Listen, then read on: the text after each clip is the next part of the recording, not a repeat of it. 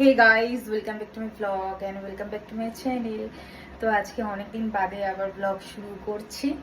তো চেষ্টা করব ডেইলি ব্লগগুলো দেওয়ার আর তোমাদের সাথে শেয়ার করার। তো অনেক দেরি হয়ে গেছে, তো আজকে বেশি কথা বলবো না, বাট কি কি রান্না করব সেগুলো সব কিছু তোমাদের সাথে শেয়ার করব। তো আজকে রান্না করব আমি ভাত, ডাল আর চিংড়ি মাছের সর্ষে পোস্ত। তাহলে চলো ঝটপট এবার রান্নাটা করে ফেলি। সর্ষে পোস্ত চিংড়ি মাছ বানানোর জন্য তো আমি এখানে পোস্তটাকে হালকা করে ভেজে নেব, জাস্ট হালকা ভেজে নিয়ে তুলে নেব। এইদিকে আমি ডাল আর আলু সিদ্ধ বসিয়ে দিয়েছি, পোস্ত ভাজা হয়ে গেছে, এবার আমি নামিয়ে নেব। কড়াইতে আমি তেল দিয়ে দিলাম। মাছটাকে আমি ভালো করে কেটে বেছে ধুয়ে নিয়েছি, আর এদিকে আমি একটু আলু দেবো, তাই জন্য আলুও কেটে নিয়েছি।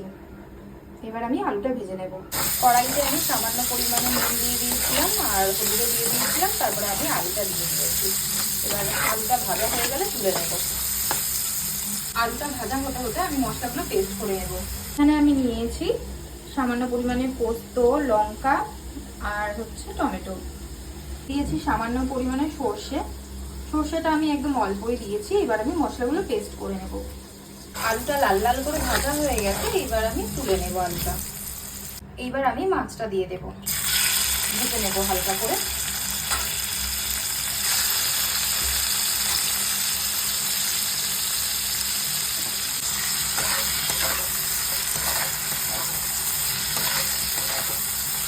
হালকা ভাজা হলেই আমি মাছটা তুলে নেব।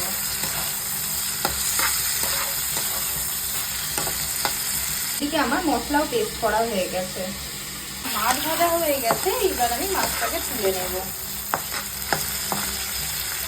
মাছ ভাজার তেলে সামান্য একটু তেল দিয়ে কালো জিরা ফোড়ন দিয়ে দেবো। ফোড়ন দিয়ে দেবো।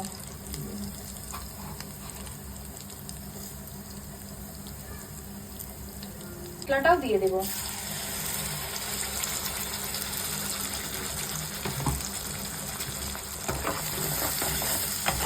মশলাটা একটু ভালো করে ভাজা হয়ে গেলে জল দিয়ে দেবো।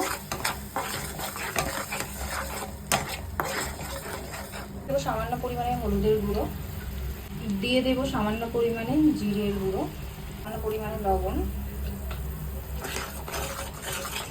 ভালো করে নেড়ে নেব।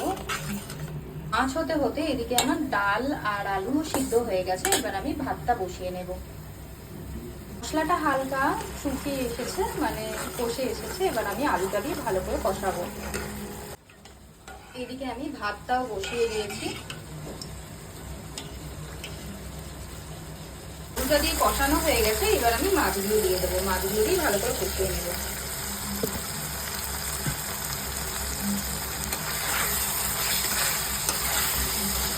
একটু হালকা কষানো হয়ে গেলেই আমি জল দিয়ে দেবো,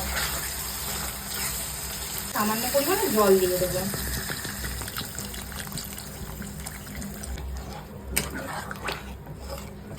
জাস্ট আলুটা সিদ্ধ হওয়ার জন্য জলটা দিলাম হালকা করে।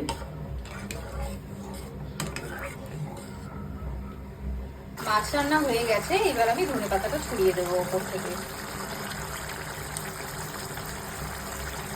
মাছ রান্না হয়ে গেছে, এবার নামিয়ে নেব মাছটা। পিছনে পেঁয়াজ ডালে ফোড়নের জন্য ওটা ভাজা হয়েছে। এবার আমি কালো জিরে আর শুকনো লঙ্কা দিয়ে দিলাম। কালো জিরে আর শুকনো লঙ্কা দিয়ে একটু হালকা ভাজা ভাজা করে নেব।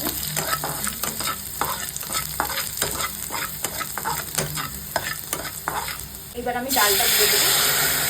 ডালে আমি আগে থেকে হলুদ দিয়ে রেখেছিলাম।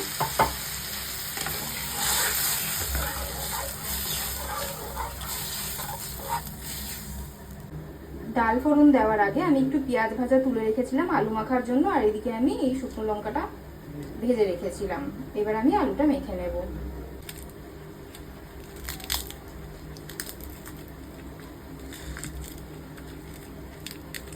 আলু মাখা আমার হয়ে গেছে, ডালও হয়ে গেছে, এদিকে ভাতও রান্না হয়ে গেছে। সব রান্না আমার হয়ে গেছে। ভিডিওটি ভালো লাগলে লাইক আর শেয়ার করে দিও। উপস, সরি বলতে ভুলে গেছি, চ্যানেলটাকে সাবস্ক্রাইব করে দিও। টাটা।